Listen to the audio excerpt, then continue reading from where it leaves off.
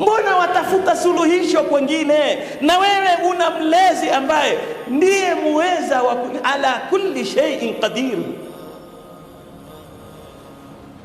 Ndio utakuta Qur'ani, dua zote tulizofundishwa na Qur'ani.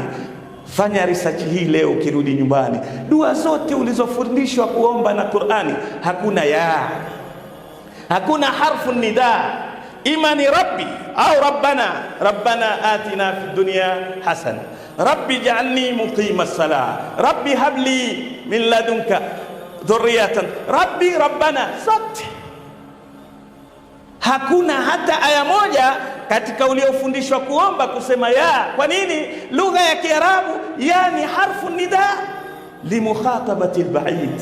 Unapomwambia ya fulani, unamwita mtu ambaye huko naye hapa. Huwezi kumwambia ya fulani na mtu huko naye hapa. Sasa kwa kuwa Allah ni aqrabu ilaik, katika dua alizokufundisha amekufundisha moja kwa moja rabbi au rabbana, hupati inaosema ya rabbi, ili wewe mu'min uwe na thika ya maisha yako kwamba yako kwa mkono wa Allah tabaraka wa taala, ambaye hakuna kilicho mbali kwake, kila kitu kwake kiko karibu, Allahu tabaraka wa taala. Na hakika hii ukiwa nayo ndugu yangu Muislamu, ndiyo hakika itakupa utulivu wa kumwabudu Allah tabaraka wa taala.